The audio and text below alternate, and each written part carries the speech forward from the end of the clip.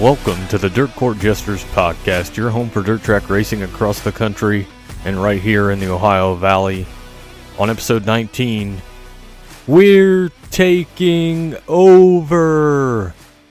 Ohio Speedweek takes over, and it was all a dream.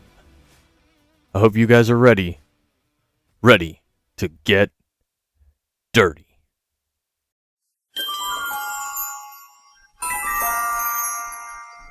This week in dirt racing history, we're going back to June 15th, 1996 at Eldora Speedway, where the World of Outlaws would pay a visit. Steve Kinzer would get the win, Mark Kinzer would finish in second, and Jack Hottenshield would round out the podium. Also on this day, Mark Kinzer would set a new track record at Eldora with a time of 13.159 seconds, 13.159 seconds. That beat the old time of 13.202 that was set by Joey Saldana in April. Let me talk to you! This week's talking points, I want to start with USAC in an interesting step they're taking into dirt racing gambling, which started with Indiana Midget Week. This might be another way for USAC to add revenue and expand on something I mentioned in episode 17, which could be a way for USAC to get more eyes on their product and in turn bump up the purses for the teams and the drivers. So kind of interesting to see how this goes. I know it started out initially, didn't seem like it was that big of a deal, and then the next thing, I think I was hearing something like there were some drivers that weren't on it a few days later, and I don't know all the ins and outs of that. I'm not going to be shocked if this is something that continues and expands into some of the other series. I guess High Limit's probably the first thing that comes to mind, so interesting to see. We all know Dirt Draft, but now we're expanding into the gambling world with dirt racing, so just be curious to see where that goes. Moving on to a good article from Speed Sport on June 3rd, which discusses what we all know, how consistent the big cat Brad Sweet is. Sweet is at the top of the national sprint car rankings, followed by Tyler Courtney and David Gravel, although Courtney trails Sweet by a very slim margin. Courtney's got 2 more races under his belt than Sweet. Excited to see these guys get together at Eldora next month for the Kings Royal. Moving to Lucas Oil Speedweek in 2025. It's going to be January 14th through February 8th. There's going to be stops at Golden Isle, Alltech, and Ocala. Breaks between January 18th and the 29th. The purse is going to be over $650,000. with $25,000 to win at Golden Isle and Ocala. I know the Pit Report boys, Rick and Trace, are going to be busy. And this leads right into the Dirt Car Nationals, so I hope you guys got some time saved off because you're going from Lucas Oil Speed Week into the Dirt Car Nationals. Nice 3, 4, maybe even 5-week stretch of racing there for folks down in that neck of the woods. Hopefully we can get down there. Always a plan. Usually doesn't work out, but one of these years it's going to happen. And wrapping up this week's talking points, although the first and last nights were rained out, Western PA Speedweek seemed to be a very big success. Hopefully something that they can piggyback off of and build off of moving into 2025. Great car counts and definitely something for them to move forward on. So great for Western PA Speedweek, and this leading into Ohio Speedweek. It's got to make those folks feel good as well. Right in the middle of Ohio Speedweek. Can't wait to see how it wraps up. But big car counts for both Ohio Speedweek so far and obviously Western PA Speedweek.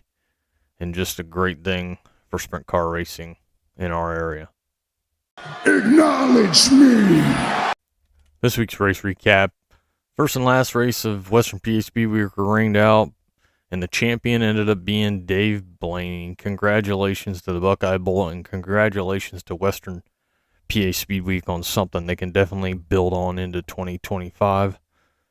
Looking back on Sunday, June 2nd, Butler had High Limit, and James McFadden come away with the win. Brad Sweet in second, and Tyler Courtney in third. Good Raceway would have Enduros, 200 laps, and Matt Weedland would come away with the win. He was plus 17th, starting in the 18th position. Jeremy Ross in second, And Avery Carrington, who also moved up 17 spots, would finish in third. Moving to Tuesday, June 4th, Circle City was going to have Indiana Midget Week, night number 1, but unfortunately they got rained out. Davenport Speedway was going to have High Limit. They got rained out too. Wednesday, June 5th, Lawrenceburg, Indiana Midget Week, night number 2. Ryan Timms from 12th to the win. Dason Pursley in second, and Emerson Axum in third. The sprint cars were also on hand. CJ Leary would hold off Ricky Lewis to get the win. Great battle back and forth by Leary and Lewis for multiple laps. And CJ Leary gets the win. Eldora was going to have Flow Racing Night in America. Unfortunately, they got rained out. Thursday, June 6th, Eldora in a prelim for the Dream. Ricky Thornton Jr. comes away with the win. Hudson O'Neal in second, and Josh Rice out of Kentucky finishes in third. Lincoln Park, Indiana Midget Week, night number 3. Emerson Axum gets the win. Ryan Timms in second, and Dason Pursley rounds out the podium. Same guys, just different order from the night before. I bet the Dirt Track and Rib Racks boys were there for that. In heat race number 2, Jade Avedizian goes from 7th to the win. Way to get up front, Jade. Friday, June 7th, Route 66 and ASCS, night number 1. The feature was rained out. Clinton County Appalachian Mountain Speedweek, night number 1. Tyler Emery gets the win. Drake Troutman in second, and Matt Costner in third. Attica, Ohio Speedweek, night number 1. 53 cars signed in. How do you like me now? Cap Henry gets the win. Greg Wilson in second, and hey, a familiar name, Emerson Axum rounds out the podium.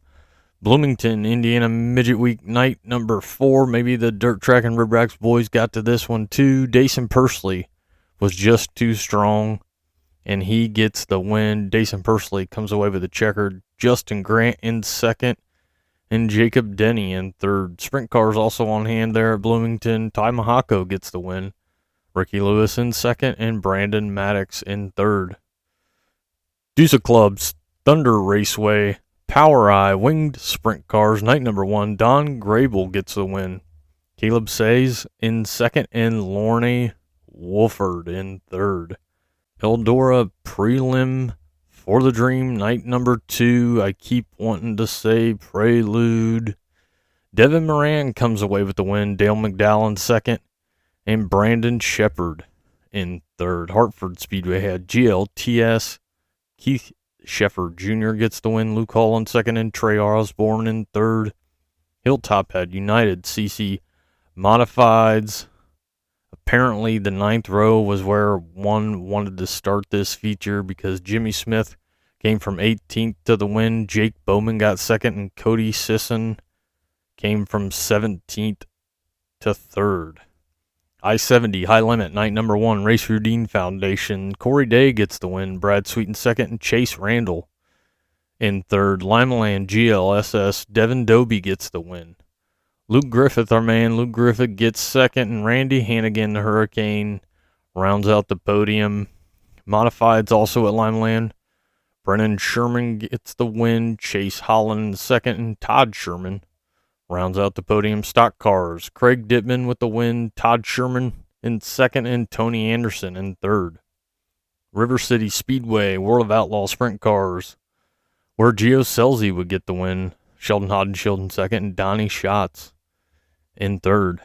Raceway 7 was supposed to run, but they got rained out. Moving to Saturday, June 8th, Route 66, ASCS, night number 2. John Carney II gets the win. Austin Mundy finishes second, and Cody Gardner would round out the podium. Port Royal Appalachian Mountain Speedweek, night number 2. Greg Statterly gets the win. Hayes Mattern in second, and Ross Robbins in third. Deuce Clubs Thunder Raceway, Power Eye Winged Sprints, night number 2. Dylan Harris with the win. Lorne Wolford in second, and JT Imperial in third. Goods Raceway had Sportsman Dwarf Cars, and Wyatt Glass would get the win. Ken Downey in second, and Luca Ledford in third. Mudlick Valley had some late models where Kenneth Howe would get the win, Clinton Keenan in second, and Larry Martin Jr. to round out the podium. Also had some modifieds where Derek Richmond would get the win, Tyler Allison in second, and Dallas Pickleheimer in third. $1,500 to win for the KDRA Bombers as well at Mudlick Valley. Harmon Andrew with the win, Dennis Robertson in second, and Jimmy Robinson in third.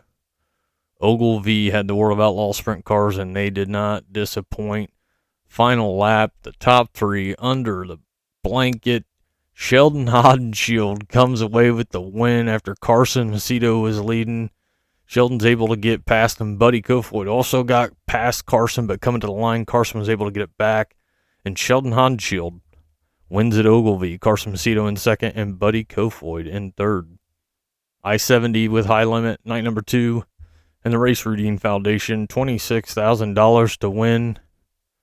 Rico Abreu goes back-to-back, defending his title from last year to get the win. Rico Abreu finishes in first, Anthony Macri in second, and Parker Price Miller in third. Hopstot, Indiana Midget Week, night number 5. Once again, dirt tracks and rib racks. Logan Seavey gets the win. Kyle Cummins in second, and Dason Pursley in third. Fremont had Ohio Speedweek night number 2. 52 cars signed in. Man, it'd be interesting to see, obviously, how it goes during the week. 9 straight nights. But man, 53 the first night, 52 the second night. And as we're recording this, getting ready to head to Waynesfield. Hopefully they got 50 cars again tonight. Love to see if they could average 50 cars. That would be awesome. Unfortunately, Fremont had the races. They had some support classes, and we couldn't get the feature in. Topic of discussion. I wholeheartedly agree, especially if you know weather's coming. I mean, I think it would be ideal in the speed weeks that maybe you only have one support class, but look, I don't know the finances. Maybe there's a reason you need to have 2, but irregardless, if you know the weather's coming, or it's a Sunday night or a Monday night or Tuesday, I think the first thing you do is you get the 410s on the track and let the other 2 or 3 or 1, however many support classes there is, let them wrap up the night. Unfortunately, Fremont wasn't able to get the feature in for Speed Week night number 2. Eldora had the dream and decided I needed to make my trip there. First time I've ever been to the Dream, and let me tell you guys, I go to quite a few races at Eldora. Nowadays, it seems like most of them are big races. This is one that I might have to add to the list. Getting in wasn't bad. It's busy, don't get me wrong, but it's not Kings Royal busy. Was able to get up, get food if we wanted to, get beer if we wanted to, go to the bathroom and come back and not stand in line. Somehow my phone worked all night. None of those things happen the Saturday night at Kings Royal. Friday can even be sketchy. Nice, very nice crowd. Most of the camping was full. BFE didn't have anything over there, but everything else was pretty well full. Really good crowd. Weather was awesome. Did some new things to get traffic out after the race was over. A lot of good things to say about this event. If you are a big late model person and you haven't been to Eldora or you haven't been to the Dream as a sprint car guy, I think you got to go. I think it's something I'm going to add to my list. Was glad I got a chance to check it out. That being said, Superman made it a boring race because he just dominated. The doctor was in. Jonathan Davenport put on a clinic, and he wins $100,000 and the Eldora Dream. Jonathan Davenport comes away with the win. Bobby Pearson second, and Brandon Overton in third. Brandon Overton, I thought, looked pretty strong there, but I don't know. I mean, you guys saw it. It was 100 laps. Nobody was catching Davenport. I don't even know if you go ahead and say we're going to do 200 if it changes. It seemed to me, and again, I'm a sprint car guy, and I'm not going to pretend that I know a whole lot about late models, but it looked like Davenport was really one of the few that could run in the middle and run really good. So anytime he ran into traffic, he ran into cars that were either up against the wall on the inside or at the top, he'd just take the middle, and it didn't matter. So Jonathan Davenport wins the Dream. Congratulations to him. Awesome night. If you haven't been there, I suggest you check it out. Tyler County Speedway, Pack the Track, a free night. And Tyler County's doing this, and you'll hear it later. They've got an 80s theme coming up where they're going to let you in for free, depending on your attire. So Tyler County Speedway, Pack the Track, free night. And late models, Todd Brennan would get the win over Steve Weigel and Colton Burdett. Sunday, June 9th, as we're recording this, Kokomo is going to have Indiana Midget Week night number 6. Waynesfield's going to have Ohio Speedweek night number 3. And Hagerstown is going to have Appalachian Mountain Speedweek night number 3. Woo! This week's local coverage. Millstream Speedway is ready to roll for June 14th and Ohio Speedweek. Tickets at the gate on race day will be general admission $25, seniors over 62, military veterans $22, youth 11 through 15 $18, children 10 and under are going to be free. Pit passes will be $40. Pit gates are going to open at 2. General admission is going to open at 4. Grandstands and hillside seating will be available. Coolers are also permitted, but no glass or alcohol. They're even going to have limited camping. $20, first come, first serve.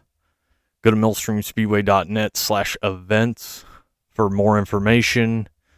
And as I've said, Kings Royal Camping is sold out. We're about a month away from 4 great nights of 410 racing at the Big E. If you like to have a reserve spot for your lawn chairs, there are only a handful of spots left. And if the main grandstand is your thing, seating in the first couple of rows is about all that's left right now.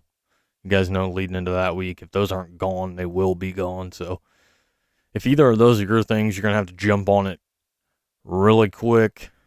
And just kind of backtracking and talking about our recap. Can't say enough good things about the Dream.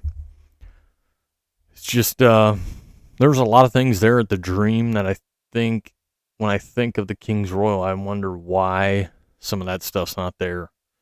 They had a concert and they had the bar open.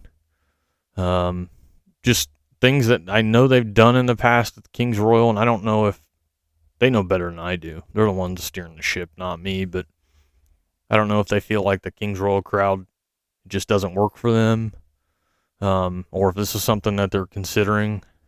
Kings Royal is a huge event, and the Dream, just the way everything was done there, it just felt like if you took that and made a copy of it and carried it over to Kings Royal, it would make the event bigger than it already is. So I can't say enough positive things about the way Eldora handled the Dream, and remembering Jerry Gaffins as well. And, he had a stamp on that, and it's something that I think they could carry over into all of their major events. Well done by Eldora. Had a blast at the Dream. I'm the tower of power, too sweet to be sour. I'm funky like a monkey. Sky's the limit and space is the place. Series, teams, drivers, tracks, dirt media. This is your time and this is your spotlight. The spotlight's on. And this week's spotlight is going to be on Ohio Speedweek. I know we've talked about it before, but we got to talk about it again. We're right in the heart of it now. Jeremy Elliott with Sprint Car Unlimited had a 90 at 9 that covered Ohio Speedweek. Talked about what the car count could be. We've seen a few nights over 50. Hopefully that continues to follow suit in the races to come. Check that out if you haven't seen it yet. Jeremy Elliott also talks about who's got a good shot at grabbing the Ohio Speedweek title. Speed Sport also had a really good article that had a lot of information in it. I did not pluck all that information, but I did take some just to kind of give you some historical background here on Ohio Speedweek. So let's go back to the beginning. Steve Kinzer won 5 of 6 races and $35,500 during the inaugural Ohio Speedweek in 1983, but he wasn't crowned champion as he wasn't pre-entered. In 1988, Jimmy Sills won Ohio Speedweek Championship without winning a single race. Surprisingly, multiple drivers would be crowned Speedweek champion without winning a single race. In 1991, Slam and Sammy Swindell becomes the first back-to-back Ohio Speedweek winner. In 1998, Frankie Kerr would win his fourth Ohio Speedweek title. In 2000, we saw 7 different winners in 7 nights, with Kenny Jacobs winning the last night at Eldora and the Ohio Speedweek Championship. In 2010, we'd see an 18-year-old, you guys know him as David Gravel. He got his first All-Star win at Limeland, which helped him win the Ohio Speedweek Championship. In 2019, Dale Blaney would win his 6th Ohio Speedweek Championship. And here in 2024, we've got 9 races in 9 days. Friday, June 7th, they had Attica where Cap Henry got the win. Saturday, June 8th, Fremont. Unfortunately, the feature would not get in due to the weather. Tonight, Sunday, June 9th, we're going to be at Waynesville Raceway Park. Monday, June 10th, Wayne County Speedway. Tuesday, June 11th, Hilltop. Wednesday, June 12th, Sharon. Thursday, June 13th, Muskingum County. Friday, June 14th, hope to make it to the reopening of Millstream. Saturday, June 15th, and the final night at Atomic Speedway. Every night's going to be $500 to start. Fremont and Atomic, $10,000 to win. Attica was $6,000 to win, and everybody else is paying $5,000 to win. I got notes ready before the first race of Speedweek. I said I'd like to see Caleb Henry win the title, but I think it's Danny Dietrich's to lose. Obviously, we're only a few races in, so we'll see how it finishes up. If you get a chance, get to Ohio Speedweek. And if you want to make the spotlight, hit me up on X at Dirt Court Jester. And remember, the spotlight is always on. I drank a beer. I drank another beer. 3 beers. 4 beers. Oh no. Wrapping up this week's episode with racing to come. June 10th, Kokomo's going to have the XR Super Series. Wayne County's going to have Ohio Speedweek night number 4.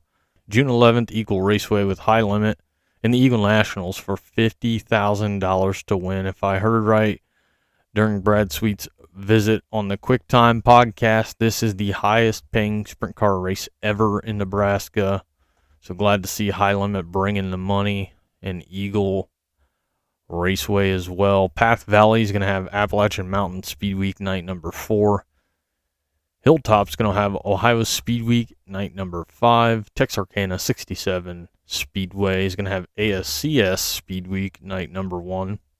June 12th, Sharon Ohio Speedweek night number 6. June 13th, Selinsgrove Appalachian Mountain Speedweek night number 5. Muskingum County Ohio Speedweek night number 7. Big Diamond with USAC Sprint Cars. Creek County with ASCS Speedweek night number 2. June 14th, Arrowhead ASCS Speedweek night number 3. Circle City's going to have Steel Block Sprint Cars. Bedford's going to have Appalachian Mountain Speedweek night number 6. Millstream Ohio Speedweek night number 8. And Midwest Thunder Midgets will be on the card with them. Smoky Mountain Speedway, Lucas Oil, and the Mountain Moonshine Classic. Alltech's going to have USCS.